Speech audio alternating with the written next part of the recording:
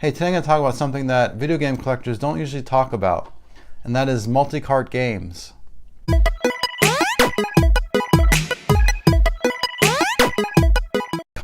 I'm a purist when it comes to gaming.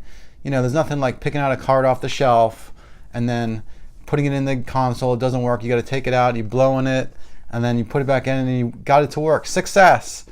So multi-cart and EverDrive games, they feel kind of cheap to me. Kurt Cobain once said in an interview that when he was poor, there was a more rewarding feeling when he went to a thrift store and he was able to find a gem.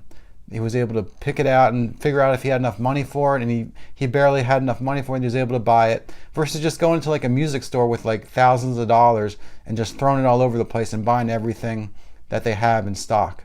It's kind of similar with gaming too, you know. I'd rather have a small amount of games that really mean a lot to me, maybe 15 to 20 games that I played growing up and I cherished, versus a RetroPie with like 10,000 games on it, every game before the year 1995 right here. And there's a whole lot of crap in there. You gotta scroll through everything to figure out what game you want. It just means a lot more to me when I have something that I cherish, that I used to play growing up and that I still enjoy playing today, versus an infinite library. But I'm not totally against multi-carts. I own 3 of them, as you can see. I have a Game Boy Advance one. This is a 57-in-1. I bought it years ago, and it has a bunch of NES games on it. It even has some homebrew games on it that aren't that good, but it's kind of cool that they're on there. It's cool because you can scroll through full screen or stretch screen on these games, and you can also rewind during the gameplay too, which makes it easier sometimes. If you mess up, you can go back and play that area over again. And there's actually a pretty good selection of games on this thing. I also have a 151 game for the NES that I got from Aliexpress, and this one's good because it has a good amount of titles. Titles like Little Samson that I just wouldn't buy usually because they're, you know, so much money. I'm not going to miss a car payment just so I can get an original cartridge of Little Samson. It's like $1,000. No, I'd rather just play this thing on this little cheap cart. It's the same game. It really plays pretty much the same way as it did on the original cartridge, but it's 100 times cheaper, and it comes with a whole bunch of other games. I think that any game over $100 is just too much money to spend on one game. I'd rather just have a multi-cart for those more rare games.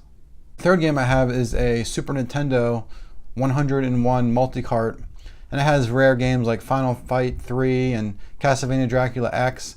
These are games I've always wanted to try, but I never wanted to pay those ridiculous prices for them, and it's kind of nice to have them all in one cartridge. So I got 2 of these games on Aliexpress. One of them I got on eBay. They're usually about $15 to $20 each, and they're pretty reliable.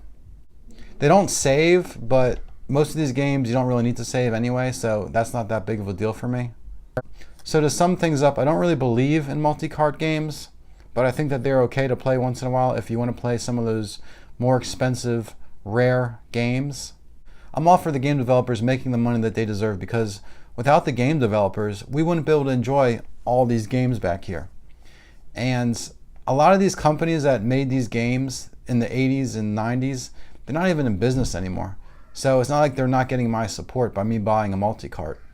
And it's not like I could even buy an original new Little Samson if I wanted to, because they don't make them anymore. It's all secondhand stuff on eBay that go for $1,000. So I don't feel bad about buying multi-carts for games like these, but newer games that people bootleg, I'm totally against that. That's all I got on the topic today about multi-carts. Let me know what you think in the comments below. Thanks for watching. Please subscribe if you haven't already. Have a great day.